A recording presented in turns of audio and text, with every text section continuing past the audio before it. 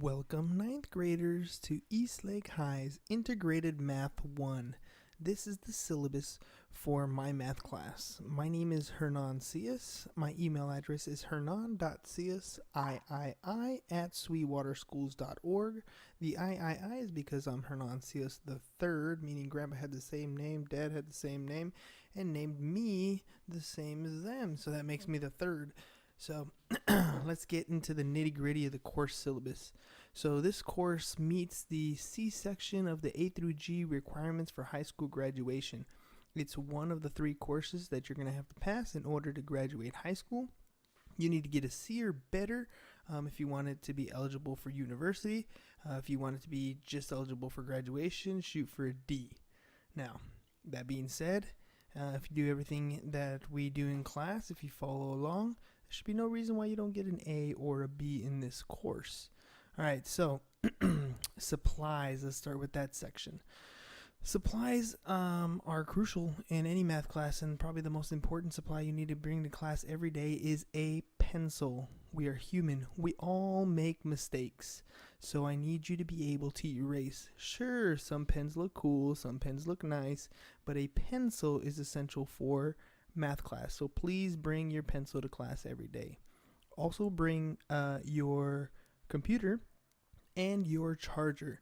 We're going to be accessing the textbook. We're going to be looking up different types of programs like the Desmos calculator online. So you're going to need to have your computer and your charger, because sometimes, batteries run out, and if we have our charger there, we can charge our laptop and be ready for the next lesson. All right, binder and folder requirements. So this course is cumulative. It's mastery over time. That means that things we learned in chapter 1, we're still testing on when we get to chapter 5. So I always suggest that you keep a folder specifically for my class where you can keep all of the assignments and notes that we take, so you have a reference point to go back to should you have any questions on previous materials. Next, we got rules. So the very first rule I have here is probably one of the most important. Now, we're incoming 9th graders, maybe some 10th graders, but for the most part, that excitement level needs to know its place. So rule number 1, no talking when the teacher is talking. Super crucial. Even though you might understand what's going on, the person next to you may not. So I need you to not be talking or distracting people around you while I am talking, so that I can make sure that all students are 100% on the same page and we can all move forward. I don't have to repeat myself. All right, next, make sure you're in your seat and working on the warm-up problem when the bell rings. If you're coming in from first period, you're coming in from traffic. If you're coming into second period, you're usually coming in after nutrition break. If you're coming in the third period, you're coming in after lunch. So let's make sure that we're in our seats when the bell rings and ready to rock and roll. Next is the cell phone issue. So parents, this one's for you guys too. All cell phones in my class are collected at the beginning of class, and I do this daily, and then I return the phones at the end of the period. Now, if you do not want to turn in your cell phone, that I completely understand that. However, if you're caught using it in class while I've taken the time to collect everybody's cell phone, I will confiscate it, and parents will need to be notified to come pick them up. So I know your parents don't want to come to class to pick up your cell phone, so it's just easier that you put your cell phone in the box, get it away from you so you're not distracted during class, and then you'll get it back at the end of the period. Next, we have cheating. Now, one of the reasons why I take cell phones away is because it's so easy to snap a picture and send it to your friends and get the work done that way. Now, cheating, if you're caught, especially during my tests or quizzes, you'll automatically get a 0, and you will not be given the opportunity to make it up. So don't test it. Test your knowledge, not your ability to cheat. All right, and then of course all other school rules apply. And lastly, I have my bathroom passes. So I'm going to give you 5 bathroom points per semester. That means that every time you go to the bathroom, it's going to cost you a point. If you go more than 5 times in the semester, you will start losing grade points, because if you're not in class, you're not getting the material. Those are part of your grade, not your citizenship. I'm taking it from your grade points, but I'm giving you the 5 extra credit points at the beginning. Next, we got discipline and consequences. Now, I know the excitement level. You're in a brand new high school, and I know things get a little out of hand sometimes, but I will always give you the verbal warning, and or if you're continuing to act up, I'll move your seat. After that, I'm going to start assigning after school, before school, or lunch detention. And if that's not working, we're going to start calling parents home or referring to an AP. All right, and if that continues to work, we're gonna have to. If that continues to not work, we're gonna have to take further action. But I know that none of these things are gonna happen. We'll just go through some verbal warnings here and there, and for the most part, we'll have a good semester or year. Next, we got Jupyter grades. Parents, I update Jupyter grades at least once per week, if not more. So make sure you check that to see if your students' grades are current.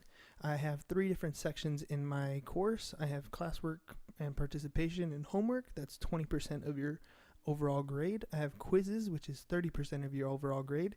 And I have unit tests, which are 50% of your overall grade. So let's talk about these in depth here. So let's start with classwork, participation, and homework grade. So students will have the opportunity to complete classwork in class on a daily basis and even start homework assignments from time to time. I tend to review all homework problems throughout class so that the students have a good idea of what I'm expecting them to do, and so that they have the opportunity to ask if they have any questions on a particular assignment. If a student turns in homework late, I accept late work all up until the day we take that chapter test. So if you're not there for whatever reason, or you had football practice, or you had cheer, or you had some sort of extracurricular activity and you missed the homework assignment, don't fret. You have till the end of the chapter to turn it in for full credit. However, if you wait till after the chapter closes, you're only going to get half credit. All right, so make sure you get this stuff in on time. I give you some leeway, but don't take advantage of it too much. Don't make it a habit. Lastly, in this classwork section, I want to emphasize that I'm going to be trying some social media fun events using math, and we'll talk about that a little bit further below. But it's part of the classwork and participation work. Now, if your parent opts out and the child is not allowed to participate in that, that's fine. It's not mandatory, but it is something that I wanted to do in class. So we'll talk about that here in a second towards the bottom on the 3rd page. All right, next we got checkpoint quizzes and homework quizzes. Now here's where I get the most number of questions, especially from parents, because they only get partial truths. So let's start with my homework quizzes. Now my homework quizzes are usually 20 questions, and I correct every single problem. I mark it wrong if it's incorrect with the red line, and I'll put a big red stamp on the top of the page that says make corrections for full credit. That means that the student will receive a 0 until the corrections are made. Now a student can miss 2 problems, but they can't be for the same section. In other words, the student can't skip both of the word problems and expect to get credit for the homework quizzes. Now, homework quizzes are all or nothing, meaning they will remain a 0 on Jupyter until all the corrections are made. And I do that on purpose because then parents see the missing and incomplete assignment and they ask the student about it. Now, the student might tell you that, oh, I turned it in already, which is probably true, but they need to go back and make the corrections. That is where the learning comes in. All right, so that's homework quizzes. Second type of quiz is called a checkpoint quiz. Now, these quizzes, I don't mark what's wrong. There are 10 questions on these quizzes, and they're all the same type of question. So what I do is I have multiple versions, and I write an overall score out of 10 on top. Now, a student has the opportunity to retake the quiz as many times as they need to until they get 100%. Now, here you can get partial credit. You can get a 4 out of 10, a 5 out of 10, a 10 out of 10, but it's up to the student to go back and retake quizzes until they get 100%. So they have the opportunity in both quiz sections to get perfect scores on every single quiz. But the student must take the initiative. Now, you can take homework quizzes over and over again in Homework Zone. You can make arrangements to take them with me at lunch or after school. All right. Checkpoint quizzes and homework quizzes, 30% of your overall grade. Next, we got unit tests. Now, these are 50% of the overall grade, and tests are comprised of 50% new material, 50% old material. Every single chapter we learn new material, and that would account for half of the test. The other half of the test is all the previous material that we've already done. And each test doubles in its value. So the first test is worth 1 point, the second test is worth 2 points, the next test is worth 4 points, the next test is worth 8 points. And the idea behind that is you're learning new material, but the old material you've mastered, so you should be rocking and getting at least 50% on each test because it's old material. And if you do bad at the very beginning of the year, you can always make it up by doing well later in the year, where the points are much, much more valuable. All right, and here's the thing about the unit test. There are no retakes. You take it one time, and that's a department rule, so there's no math class on our campus that is different. They're all the same. No retakes on unit tests.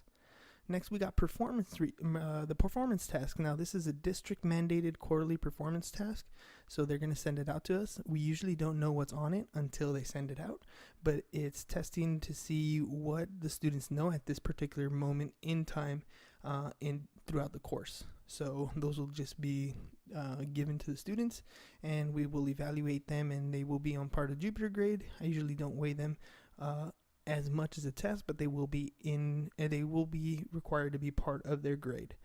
Next, we have citizenship grades. Now, citizenship grades are based on mostly it's based on, do you show up to class and are you on time? So you need to be in class, you need to be on time, and then of course how you behave in class. Are you working towards some sort of mastery, or are you just sitting there doing nothing? The more you work towards a proper scholarship grade, the better your citizenship grade will be.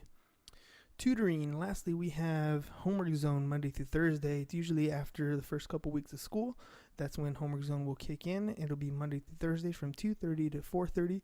This is where students can come in and get help from any teachers, but they can also schedule appointments to get specific one-on-one help and or retake any quizzes from that quiz section above. All right, lastly, we have page 3. Now, the first couple questions, or first 3 questions, those are for the students to answer. And then I have a section here that says parents with a snap code. So one of the activities I want to do involves social media. And I will be recording students doing math problems and putting it on my Snapchat. And so I need to ask parent permission to make sure that it's okay for your child to participate in this kind of activity. I'm providing my snap code so that parents can go ahead and add me as their snap code, and they can see what's going on in the classroom at the same time. Now below I have 2 boxes. Either you do or you do not want your child to participate in this activity. If you do, check the box that applies. And if you do not, check the box that applies. If you skip this section and you do not fill it out, then by default, your child will not participate in this activity. So I need you to approve it for your child to participate. Otherwise, they're automatically not allowed to participate in this activity. Lastly, we got just basic contact information for the student and the parent so that we can contact you in case we ever need anything.